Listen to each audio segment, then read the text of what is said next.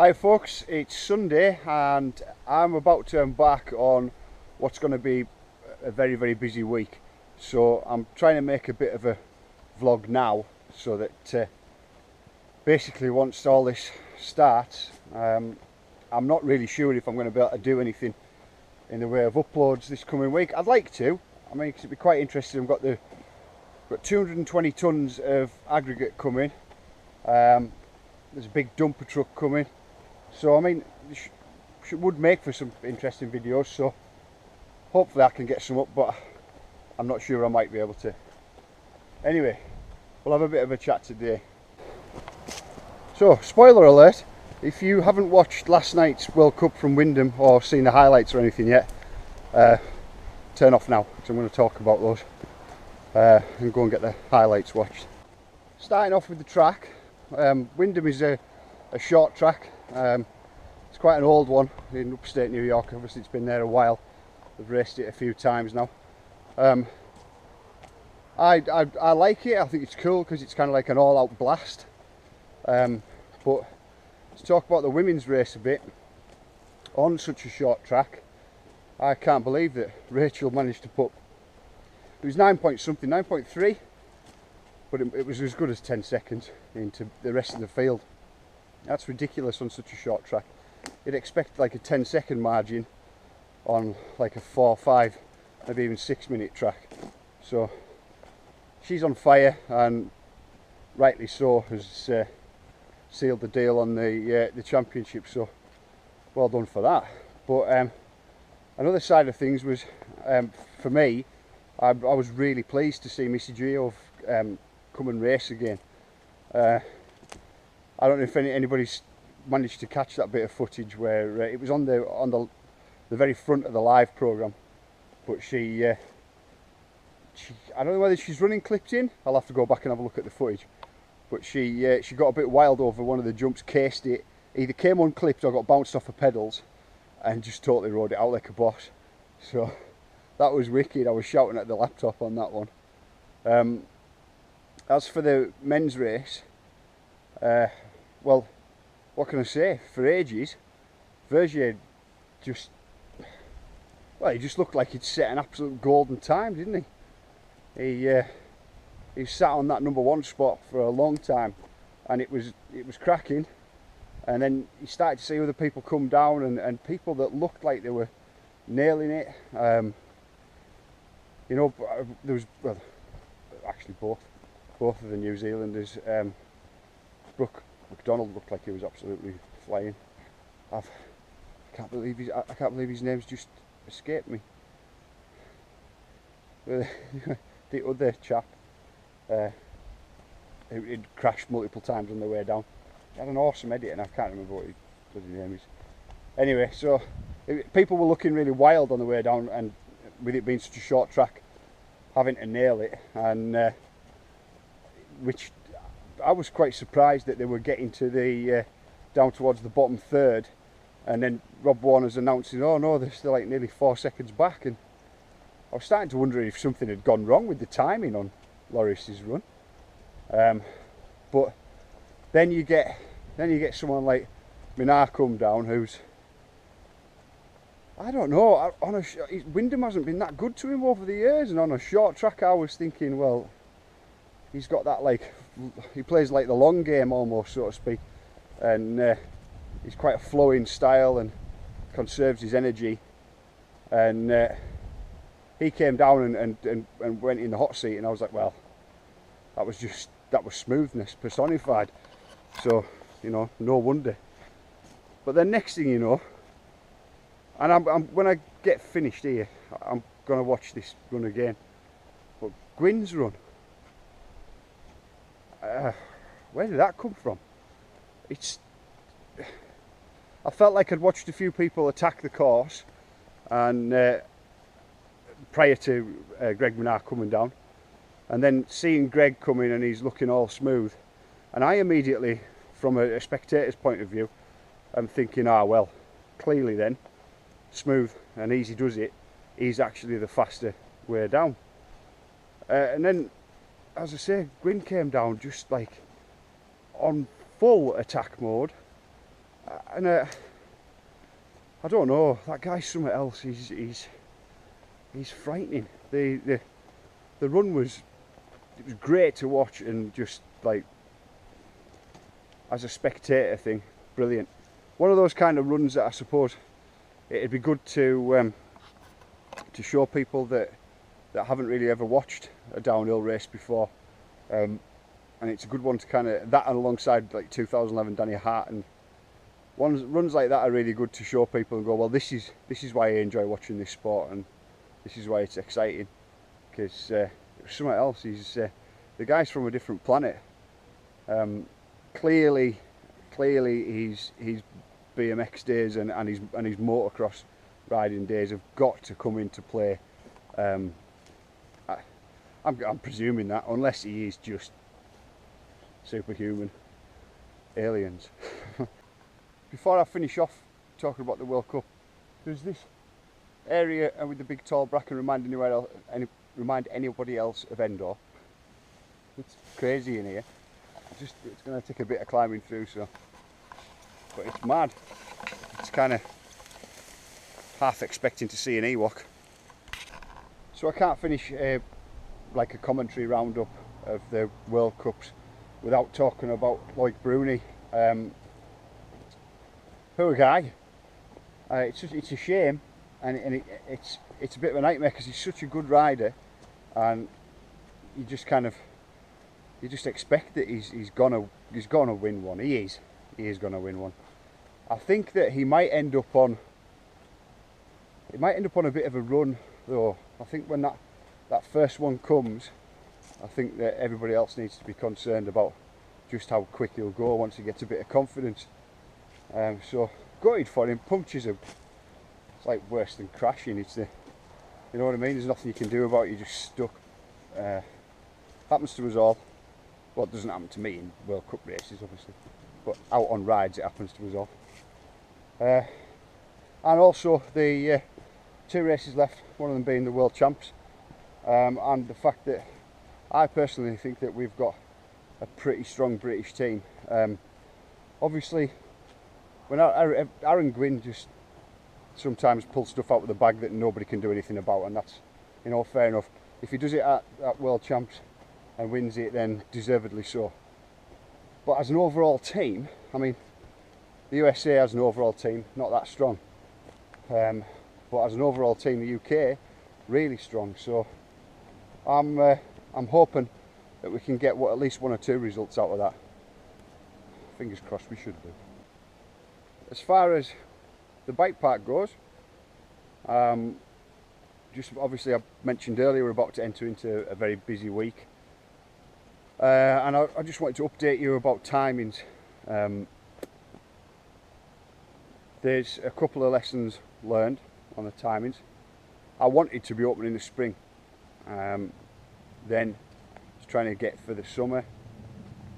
So, I mean, it's only a couple of months difference, but you know, it's to change your 2 seasons.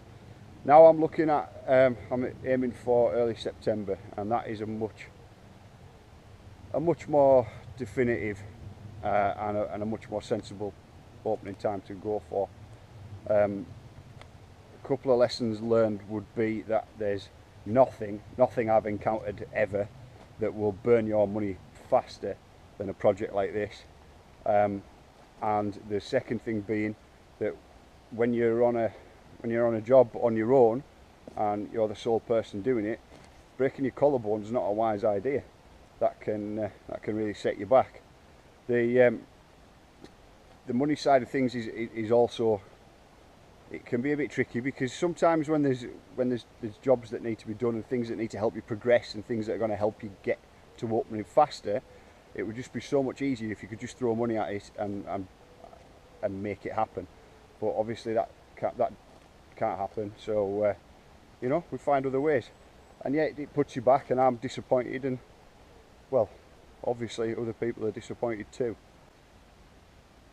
And of course, sometimes when people are disappointed, that can bring on some hate. I get it in messages, emails, and it's understandable, and it's okay, you know, it's kind of expected. Some of it some of it you just, to be honest, you just have to kind of laugh at, and some of it, well, you know, I can't. I'm just not gonna make any apologies. As far as I'm aware, I'm the only person in the country to self-fund a 46-acre project like this and do it on their own. So therefore, when I do open it, I'll have done it the fastest by default, but it'll still be the quickest for it to ever happen. So if those guys, and if you're watching this, what are you doing watching this? If you hate the place so much, you don't watch the vlogs. But those guys that are really angry about it and giving out the hate, there's the bar. I've set the bar. You do it a bit quicker. If you manage to do it quicker, I'll buy you lunch. It's just kind of how it works. There's things happened. Obviously, the injury and that was my fault, and admittedly, I decided to enter a race, and it was me that crashed. But you know, crashing's part of mountain biking, and it's going to happen again. I'm going to injure myself again. Touch wood, it'll be after I've opened this place. But anyway, so pushing forwards from that, where this is an important time. It's about to be a big job. The guys that are supplying the aggregate have kind of said, I can't remember how it went, but there was something mentioned about, I will meet your team of guys there, and I'm like, what team of guys? There's just me. So they think I'm nuts for possibly thinking that I can shift 220 tons on my own, but that's just how it is. That's what I've got available to me. Now, when that is shifted, and again, touch wood and fingers crossed, I've got a week allowed for that. I mean, I've got a big 6-ton dumper that I'll have use of during the day, so that's gonna help the job. That shifts a lot in itself, but it's really going to change things, and change things quite a lot during the this period where we get the topping on the road bed, when I can then open the gates and bring in the trail crew. Now, I can't give any solid times on the trail crew just yet, just because of the nature of this project. But if it was up to me and I could make it happen, I would hope for the next couple of weeks we can start and bring you in. The reason that we haven't done it before this, and I might have spoken about this before, but the reason that we haven't done this before is because I have a good relationship with the parish council and Eden District Council too, and I made some promises about this place because there was lots of questions asked. Of course, if somebody's going to do this on your doorstep, you might have questions to ask about it too, so that was understandable. But I made some promises, and one of the promises was that I wouldn't block up the minor road down at the bottom to local people getting back and forth, and also to agricultural vehicles. Now, at the moment, it's for the farmers around, it's hay timing, so they're back and forth with big trailers on, and if I'd have got people in and teams of people in, and don't get me wrong, it was it's been tempting at points, but if I'd have got people in, the only place that we could have parked is along the verges of the road. Now, obviously that goes against that's breaking a promise that I've made to them, and doesn't bode well for when I open. That just makes them think that, well, he's broken that promise. Is he going to be blasting out loud music and having floodlights all over the whole thing lit up at midnight and what have you? So just couldn't do it. However, once I get to open those gates and get to bring you guys in, then obviously you get to come up into here and park in here, and that changes the game considerably. The groundwork that's been done for the tracks at the moment means that corridors have been put through. One or two features I've built and put in already, and out the back, kind of what is it, that's about 3/4 of a kilometre in that direction. I did a load of felling during June when the nights were really light, and I could like work all day and up to like 9:30 at night. And what I've done is I've saved tons of logs, actually all very similar cut in length to this, either around this kind of length, or some are maybe slightly shorter, some are maybe cut to like 2.5 meters or so. Now that means that just prior to getting the trail crew in and getting, well, probably you guys watching this in, that means that I can grab a load of the logs and place them down at different points in the trail where we're putting the features in. So that means that there's building material on the side of the trail. So although this part has been a bit, to my mind, long and drawn out to get to here, once we get you in, things change and things start to happen a lot faster. So the putting this road in really is the key. Now obviously that's meant having to put the road bed in first, and I'll be completely honest with you, I had no idea how I was going to get a road bed into this place. So I might have to look at editing this a little bit, otherwise it's going to end up being some sort of like 45-minute epic.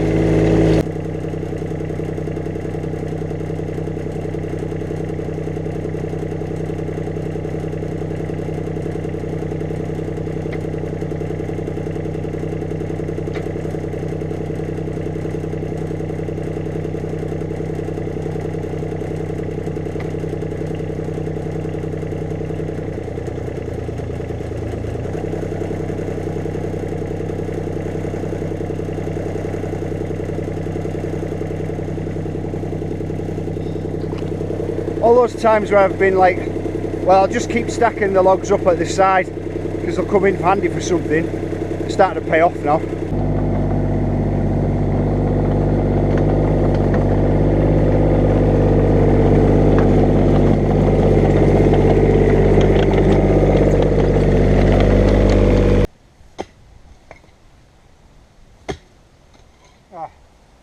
We'll have to do some substantial editing on this video, otherwise it's going to be really long. But what I forgot to mention was this week's the crankworks at Whistler. I think some of it's televised as well.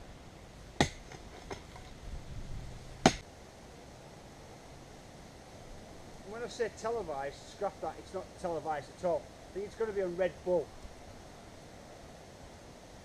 There's some details on Pink Bike though.